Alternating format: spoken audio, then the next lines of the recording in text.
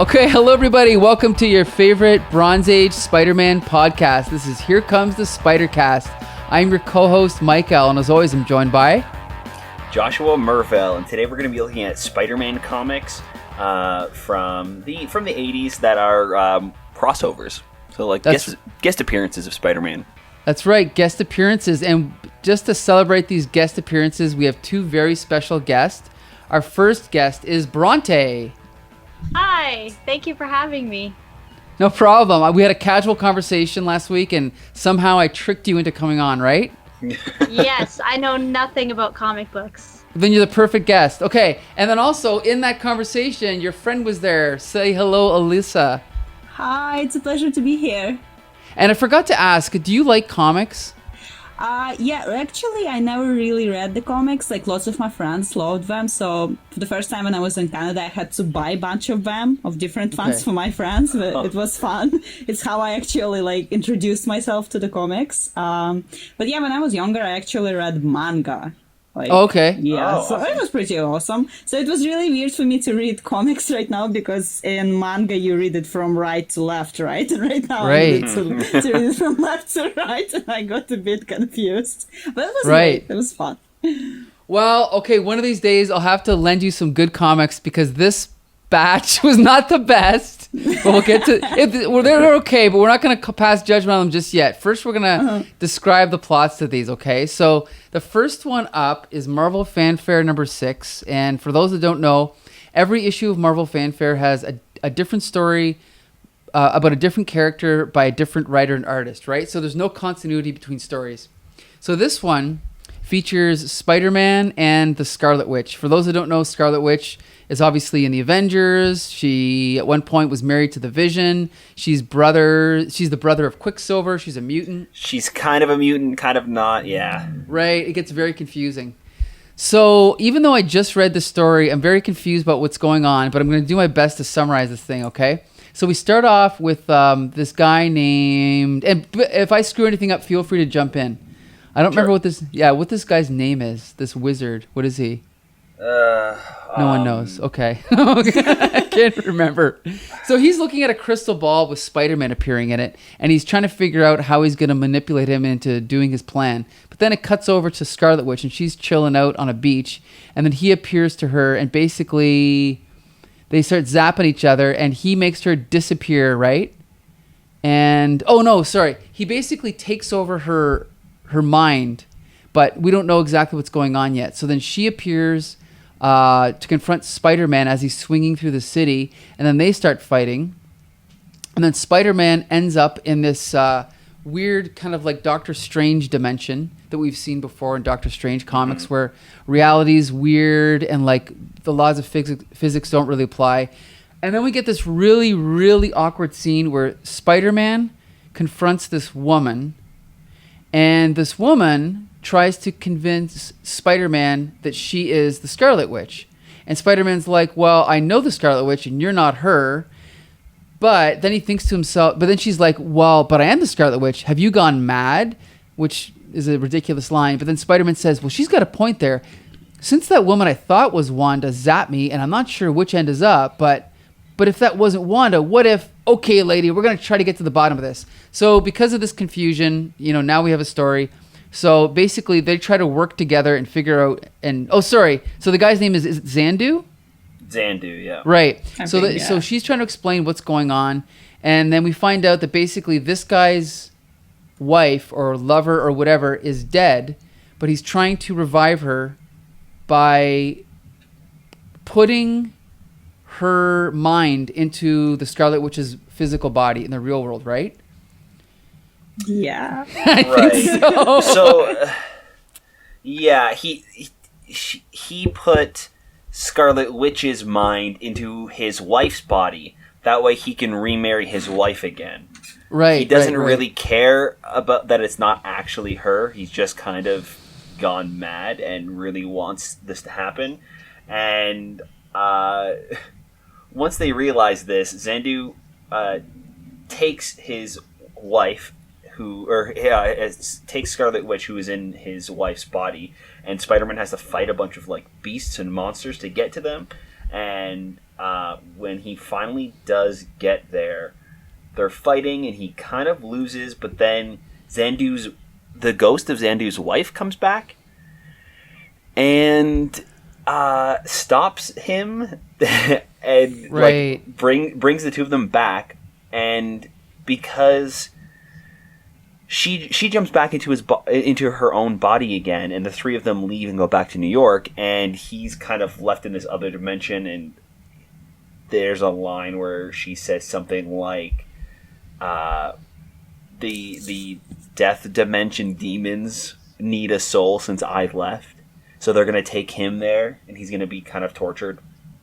Right. And it's just like this weird kind of all of a sudden ending. Yeah, and I mean, And let's put it this way. I mean, I don't want to talk for too much, but my feeling about the story is it's basically pointless.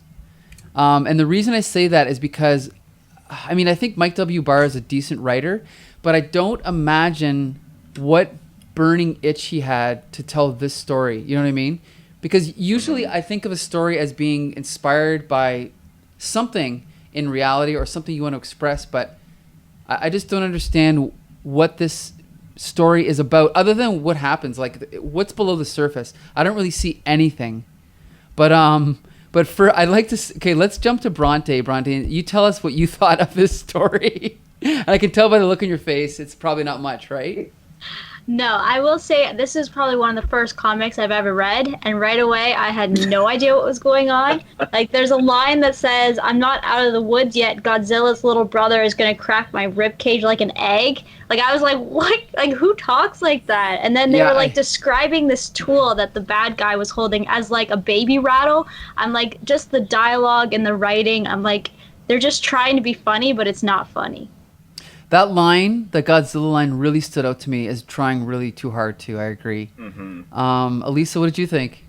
Well, I like among all the comics I read, what you sent the links to, I found this one not like the most interesting, but I loved the drawing the most. I would say it was really bright. It really stood out. Like it's interesting to read about the thing, and the plot's so interesting. But the thing is, it's kind of like the colors. Oh, is it because it was scanned? I don't know. Like, or just the original colors of the comics are different. That's a good question. I think some of the comics we read are scanned. Some of them are digitally recolored. But I think Marvel Fanfare was published on really thick, shiny paper. So I think the colors are just naturally brighter. Yeah, I think it's definitely a mixture of both. Because Right. this one, the colors do seem more vibrant from a regular comic, and even the art itself really stands out compared to the other two issues that we read. Not that they were bad, but this one stands out as being pretty interesting, and I think really works for the story that they're telling. I think that like it fits with that whole like Master of the Mystical Arts, Doctor Strange-esque story where they're in this other world. I think the style is really fantastic, where with the two issues with the thing that we read, it's very much a superhero story, and the style feels like it's supposed to be drawn for a superhero. So I really enjoyed the art in this issue. Yeah, me too. It's absolutely like I loved it. It was phenomenal, actually. Like the art itself was really interesting to look at.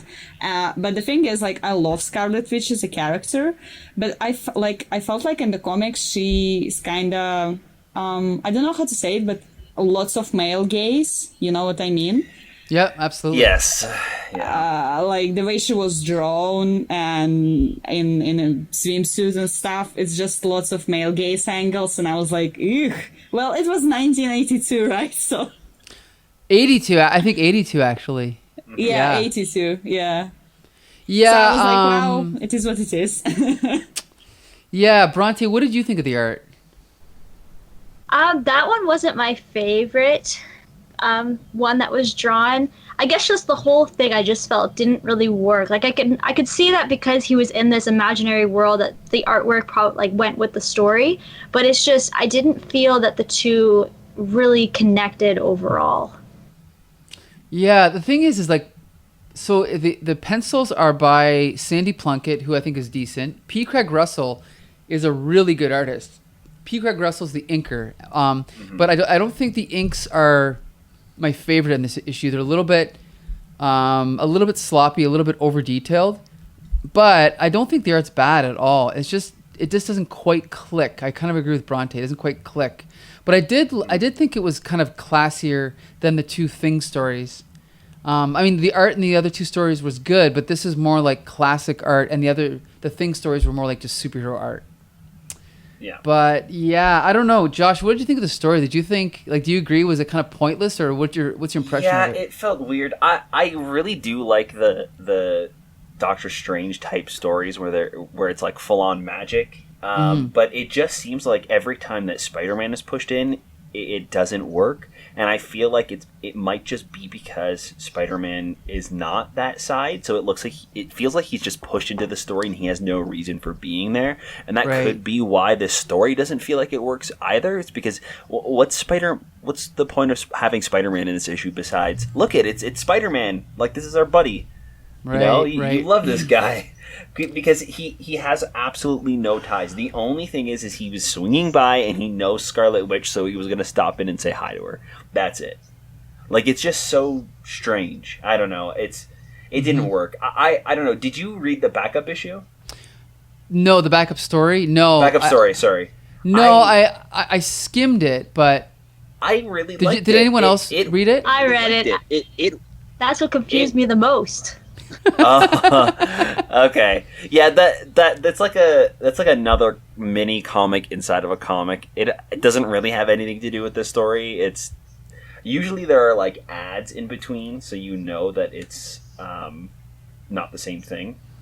Yeah, there was nothing for this one. It just went right into it, and I was like, "What's going on?" So that's probably not the comic's fault. It's definitely the website that we read it on, because normally there's like ads in the comic that will separate the stories, so you know that it's like a completely different thing. But I think that this story worked much better. It was Doctor Strange hanging out with another like up and coming sorcerer, and he wants to take on the Sorcerer Supreme because he thinks he's strong enough, and he wants to kind of take on that mantle.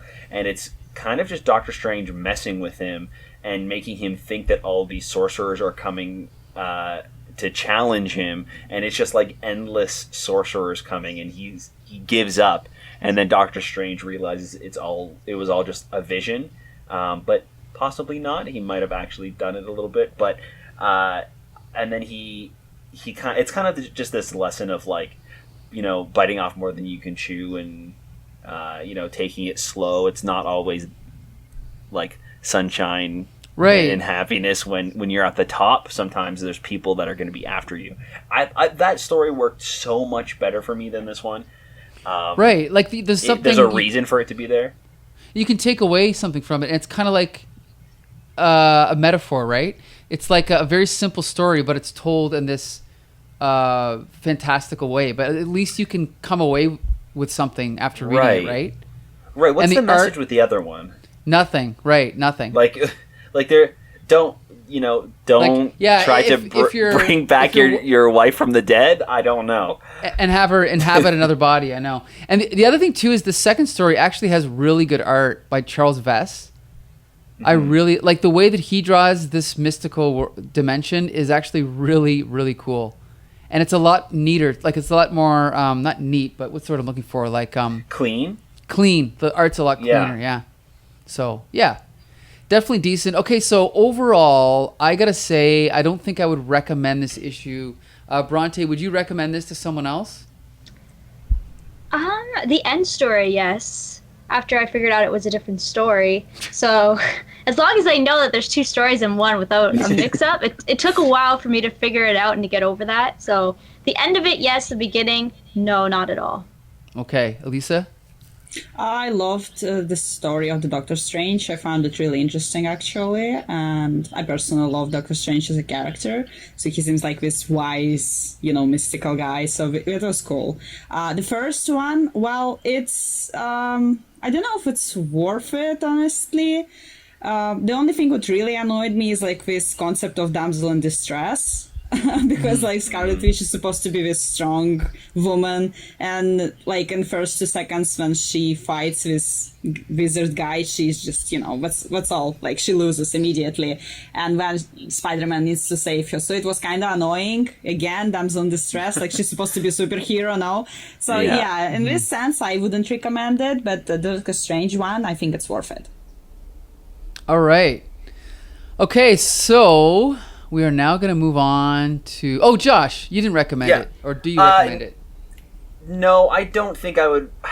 I don't think that there's anything too extraordinary about this issue, but it's also not totally offensive. Like, it's not awful. Right. I wouldn't recommend it. I do really like the Doctor Strange story. If it was like I don't know, like a mini comic or something like that, where it was just that, I would for sure recommend it. I had a lot of fun with that one, but the main story, I don't think I would recommend. The other thing we should point out is that Roger Stern, the writer of the Doctor Strange story, is actually the regular writer on Amazing Spider-Man. And Josh and I are big fans of his, so there's definitely more good stuff to come from him. Yeah. So, okay, so with that, we are now going to move on to Marvel 2-in-1, number 96, featuring The Thing. And this is a very unusual cover where The Thing is in a hospital bed and there's a nurse shushing a group of superheroes that are trying to get into his room. And right away, I knew this issue was going to be unusual, and I thought it was really fun. But Josh, you can take it from here. Yeah, this was kind of a fun issue. We have The Thing in the hospital bed. He's recovering from a couple of different events. He fought the Champion, where it was like this demigod pretty much who has abducted him. We've read it on a past episode of Spidercast, where this demigod abducts a bunch of superheroes and he fights them. He just wants to kind of like find somebody who can beat him, and The Thing is the only one that stood a chance, and he like fought him and lost, but then the Thing stood up again and tried to fight still, but he was like completely bloodied, and so he's in the hospital recovering from that. And Reed kind of seems off when, you know, the Fantastic Four and Cap and Iron Man are visiting The Thing, and Sue stops him and asks what's going on, and it turns out that he's worried because he feels like if anybody has a vendetta towards The Thing, this is going to be the perfect time for them to come and attack and kill him. So then it cuts out to Spider-Man, who is swinging in, and he starts brawling with this. There's so many villains that pop up. There's no way I can remember who this is. Mecha Marauder. Who I've never like heard that. of. Yeah, I've never heard of him. Yeah, right. It's this big guy in like a metal armor suit. Spider-Man comes and stops him and swings in and says hi to The Thing. And then we cut out and this guy that can multiply himself. Daredevil stops him.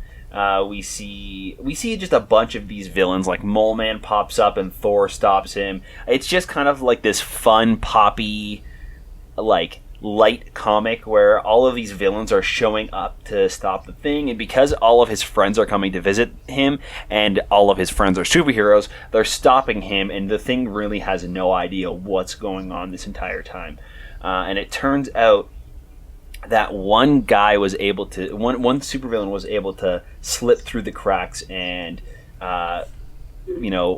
make it to Ben's hospital bed, and it's the Sandman, and we think that he's going to kill him, or start attacking him, but it turns out that he brought Ben a case of beer and some cigars, and the two of them kind of just have a beer and a cigar at the end of the day because The Thing has kind of given Sandman a new lease on life and given him a chance to redeem himself because he has seen good in him in a past issue. They don't really go too much.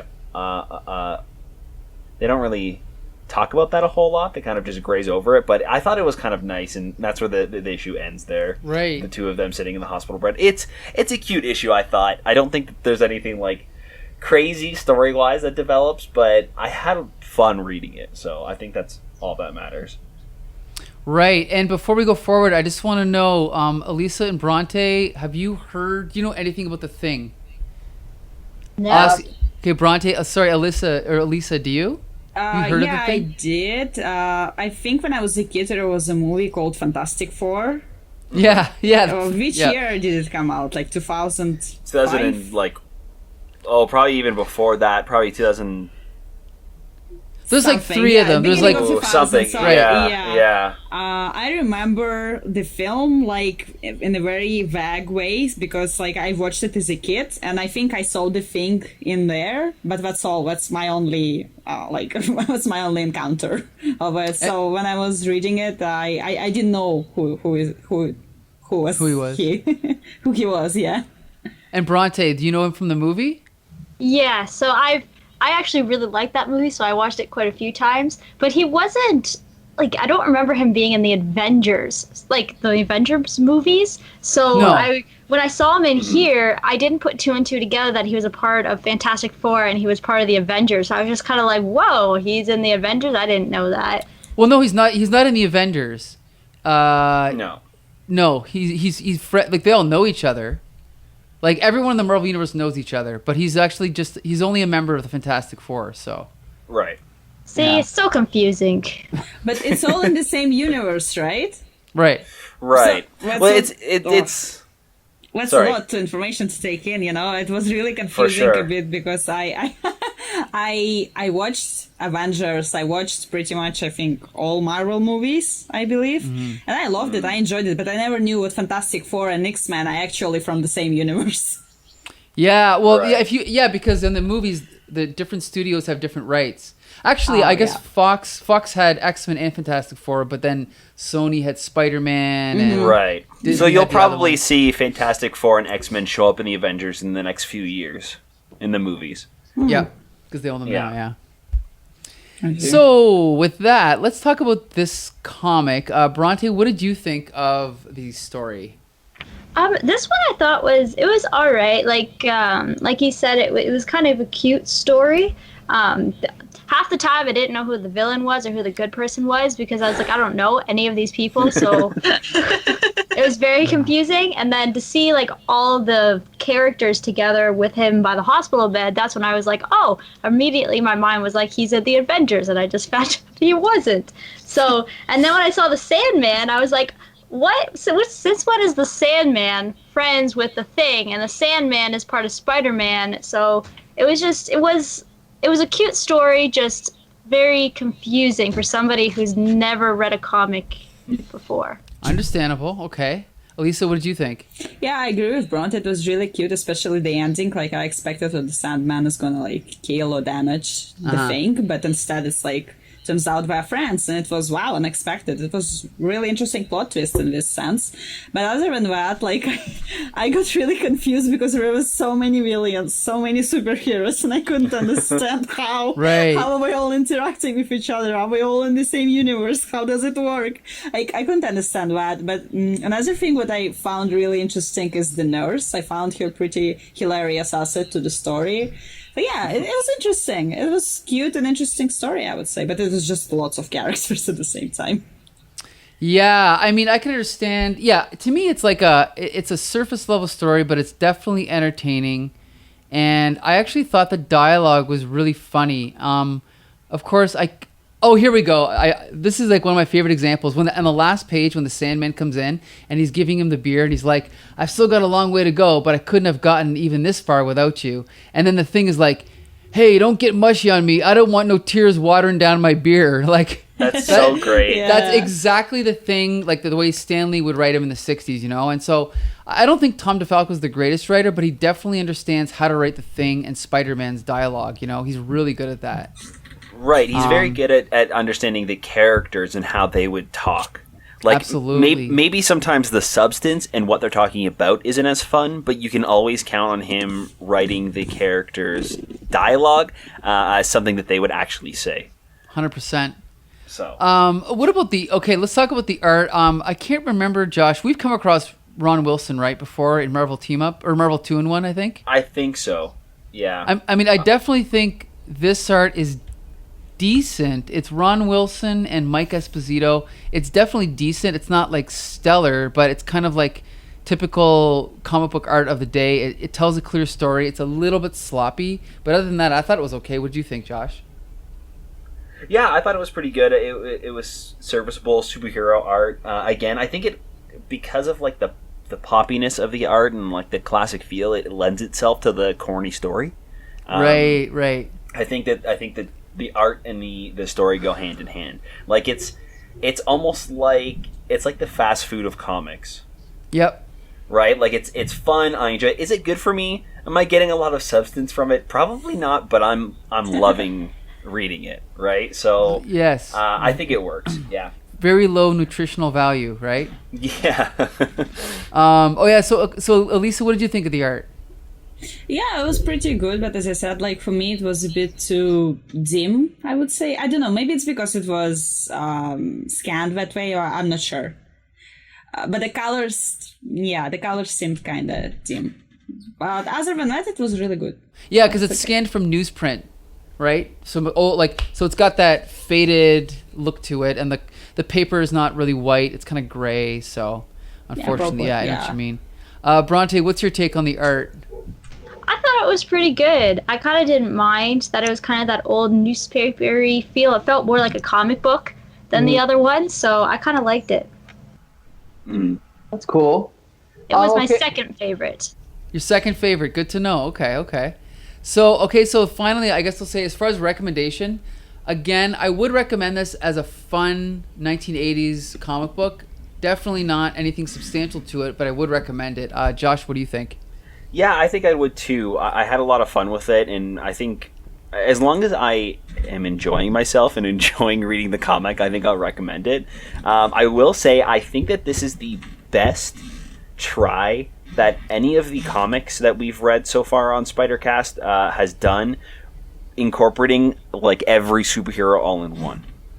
Like I completely understand where you guys are coming from, where not understanding or like being confused why all these superheroes are here. but like at least in the story it makes sense as to why they're there, and they're not just kind of like, because we've read so many issues where it's like this big, event happening, and right. the heroes just, it doesn't make sense for them all to be there. They're just shoving them all into the comic to be like, look, we have all these heroes and this is an important issue. Where this, like, I don't know, for some reason it worked for me. I think because it was like the comedy of all these heroes kind of like, running into these supervillains, like, oh geez, I gotta stop you, I just want to go see my friend. And the fact that they're all there for, like, all the supervillains are also there for a reason, to like hurt Ben, and they're all there to support him and make sure he's doing okay in the hospital. It's just like the two, I think that it works, and for that reason it's a recommend for me. And I gotta say one more thing.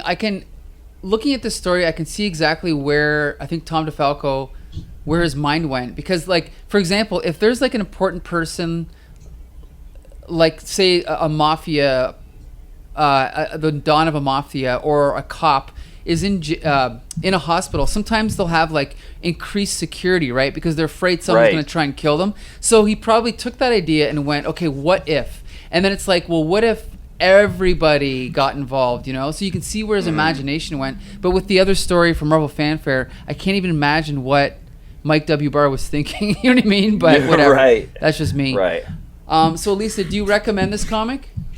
Yeah, I would. It's pretty entertaining. It's interesting. It has some nice pop culture references. Like, for example, I think in one of the lines, like, Spider-Man said something about presidential elections. Like this had a kind of a joke. Yeah, I think it's 1982 issue, right? I think so. Yeah. Yeah. So I think back when Ronald Reagan was a president, so he kind of joked about his presidency, which was like cool. Right. But yeah, it's interesting. There are so many characters in there. I mean, for people who really love comics, I would recommend it. But for people who are like new like me, I'm not sure, because I got really overwhelmed. Understandable.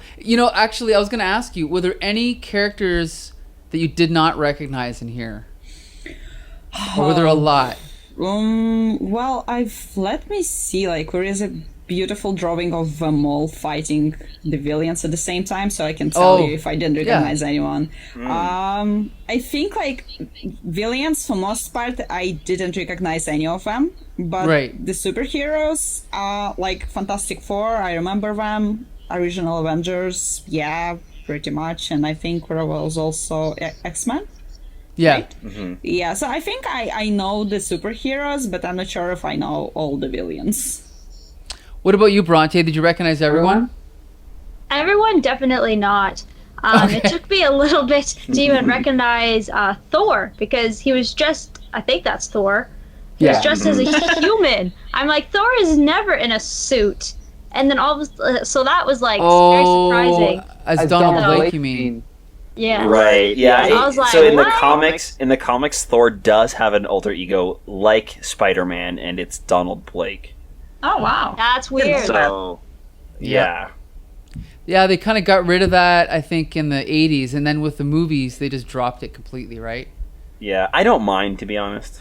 Yeah, it's kind of an outdated thing for him. He doesn't really need it, right?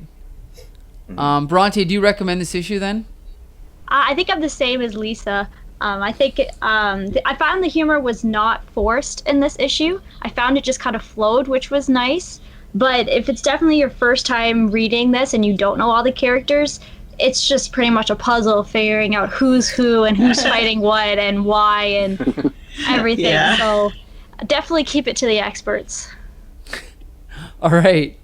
Okay, so I guess now we are going to jump to the thing number 5. And before we get to this, I have to apologize because when I sent the email, I sent the wrong one. I sent thing number 6, and Braunte read the wrong one. So Braunte, we'll talk about that as we get closer to the end. But for now, we're going to talk about the thing number 5. And Elisa, you said that you would like to summarize this plot very quickly, right? You're cool with that? Yeah, sure, absolutely. Okay. So, like, since I had not much time, I just kind of looked at all of that real quick, but I think I understood all what happened. So, sure. At the beginning, we see the Thing leaving the hospital. We don't know why he was leaving the hospital. He's just walking on the streets and noticing what people are kind of staring and looking at him. Although we know what he's a superhero, right? But we still kind of don't feel comfortable around him because of his appearance, I suppose. But at the same time, we also, not too far away, we see a dark figure standing looking at the Thing from behind. We don't know who he is, but he's probably a villain, so like I suspected that he is a villain. And when the Thing walks somewhere and he meets Wonder Man. By the way, Wonder Man, is it something like Wonder Woman? Like, I don't know.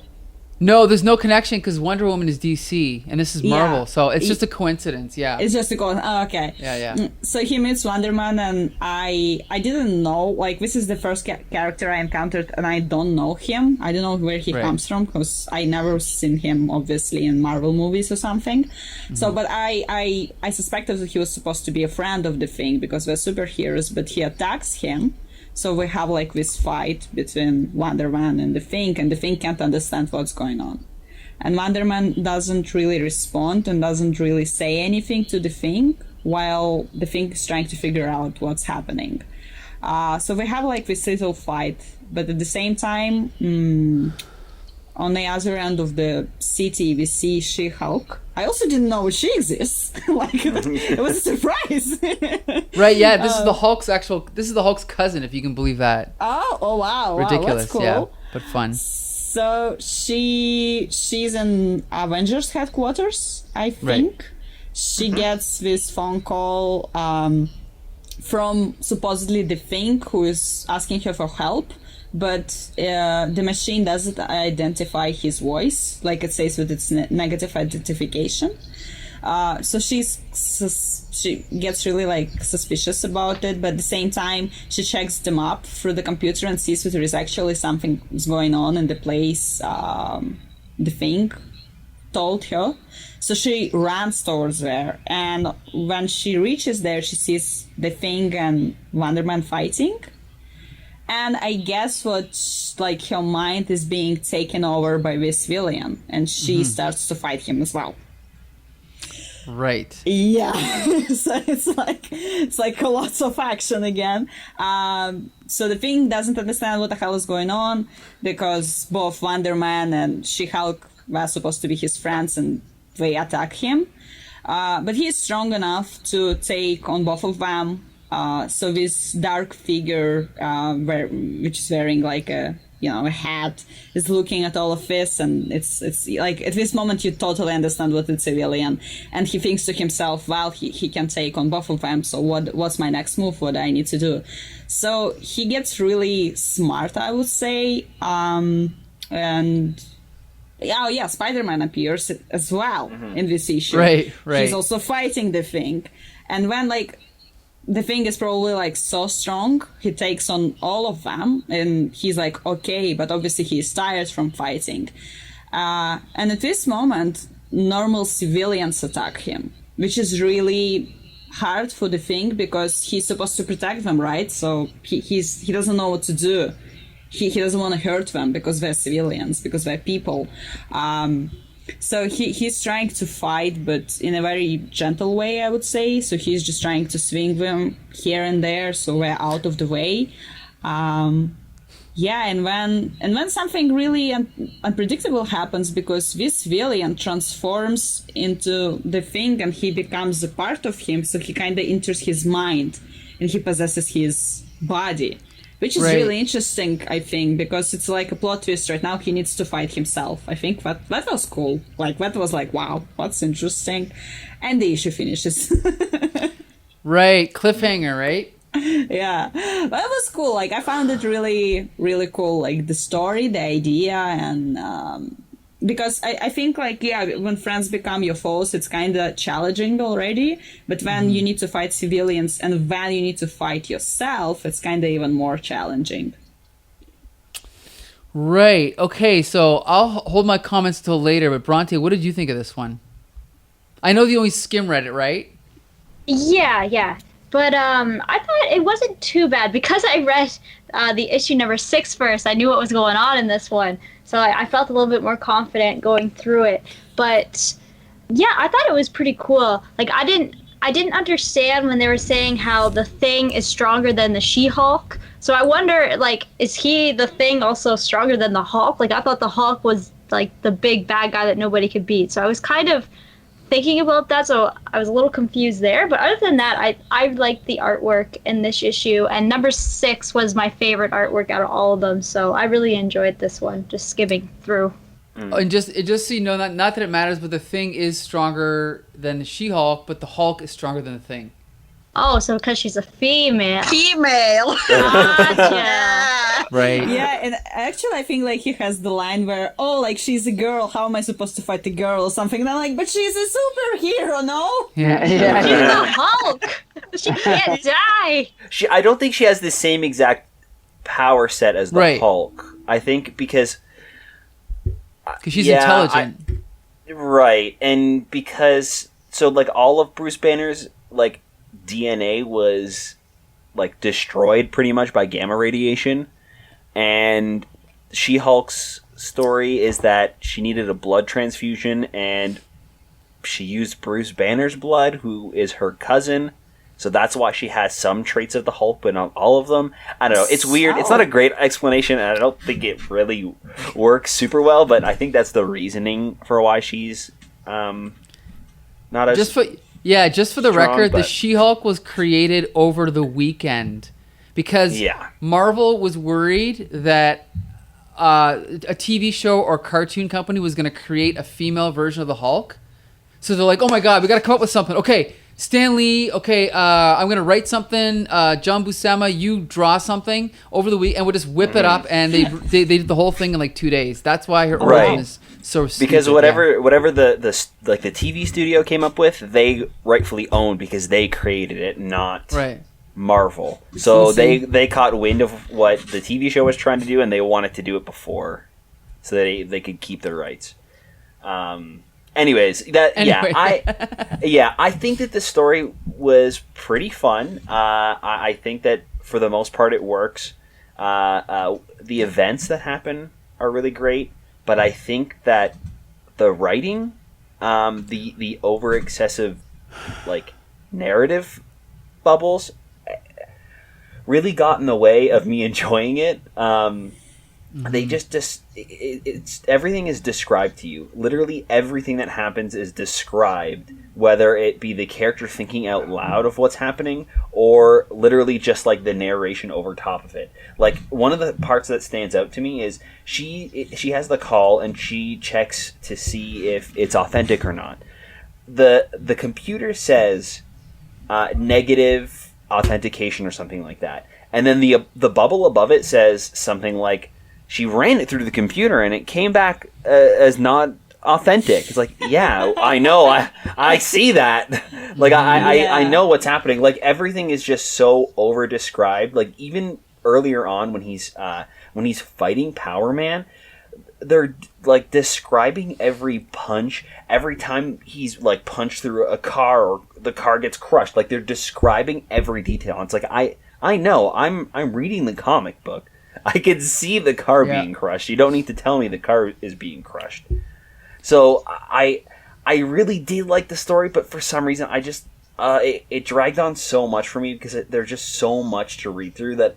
But like at least halfway through the issue, I just stopped reading the yellow text and was just reading the dialogue and looking at the art because I was just so tired with it. You know, I actually thought the art was better. Now, if you notice, it's the same penciler. It's Ron Wilson again, the same penciler as Marvel 2-in-1, but this is inked by Hilary Barta. I think the inks are much better in this issue. It's like, to me, this is an example of what, you know, clean inking, tight inking. So I like the art much better here. It's also probably a year later, so maybe Ron Wilson's just got better over the course of the year. But I really like the art. Yeah. It's funny that you mentioned the narration because the quality of the narration itself, like the choice of words wasn't bad. The fact that it explained everything that was going on in the art was ridiculous. But I honestly, I thought this story I hated it. And part of the reason I hated it is because John Byrne has used this trick before where he just has a bunch of people fight for 22 pages, and then at the very end, you find out, it was all a misunderstanding, you know? And in this issue, the fact that we know it's going on, but the Thing can't figure it out, makes it even kind of worse, because we're like, I'm kind of just like sitting on my hands going, okay, when is he going to figure it out? When is he going to figure it out? And then there's the panel where he figures out it's the Puppet Master. And then the Puppet Master's like, oh no. Oh yeah, here it is. I can't find it. But anyway, the Puppet Master's like, oh no, he knows it's me. I don't know. I just thought that was really stupid. I thought really stupid, you know? It's just really it's kind of like the problem I had with the Marvel Fanfare. It's like, what idea was John Byrne trying to get across with the story? It just seems like an excuse for people to fight, you know? Whereas at least the Marvel 2-in-1, it was kind of like a fun idea, you know? So that was my take on it. I don't know. I didn't really enjoy it. But what did you get? I didn't mind. To be honest, I didn't mind the fact that because he knew something was off. I think right away. Like he when he fought Power Man, he was kind of like, well, what the heck's going on? Is my buddy does my buddy hate me now? And then She-Hulk shows up and she starts like attacking him, and that's what he's like, what the heck is going on? Like something weird is happening. And then Spider-Man shows up and he's like, yeah, these guys are for sure being mind controlled. What and doesn't really understand what's happening. So I don't know. For me, it wasn't that classic like the two superheroes butting heads because they have to, because that's what we want to see our superheroes fight before they team up. Like it didn't have that feel to me, and it didn't feel like it was just put in there because it would be fun. Like it just right because that's what the story was. I didn't mind a whole lot. Okay, fine. You know what I mean? Like I don't know, because like in like our Marvel team up, like every single issue, Spider-Man sees his superhero friend, they fight each other, and they realize, oh wait, we're friends, and then they team up and they stop the villain. Right. It's like every single time. It's like, okay, we get it. We want to see the superheroes fight to see who's gonna come out on top, but like it has to make sense, right? So this, I don't know, felt like a really good excuse, and I didn't mind it a whole lot. Okay, fair point. Yeah. So Elisa, you enjoyed it then, right? Yeah, more or less I enjoyed it because of the plot. Like, I don't know how it is for people who read comics a lot, but I found the plot interesting. Like, especially the part where he, as a superhero, needs to fight the civilians and then himself. I found it really interesting and enjoyable in this sense. Did you notice, did you like the art better in this one or in Marvel 2-in-1? You mean like the very first one with the Scarlet Witch? No, not that one. The second The one with the thing in bed. Right. I found it, like, as you said, lines kind of looked better and more firm. So yeah, in this sense, I liked it better than the one about with the hospital. So Braunte, I know you only skimmed it, but what did you think of the art in this one? I love the art in this one. Yeah, because like I said, I was able to, like, I skimmed it, but I was still able to get the gist of the story without reading all the little bubbles. So it was very detailed and really well done. So. Yep, I agree. Okay, so you know what? I don't know. I would recommend this issue, but only for the art. I don't recommend it for the story. Josh, do you recommend this one? See, it's such a hard.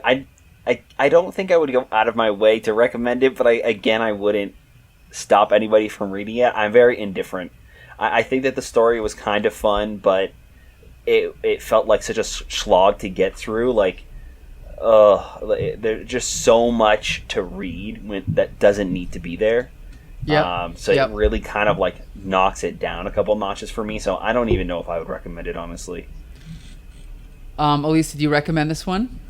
I think I would I would say skip this yellow boxes where it describes everything. Yeah, just go with the dialogue and the action. Like, the art was pretty good, and especially if you want to read the next issue, which I found like really interesting, I think you will have to read this one in order to understand what's going to happen.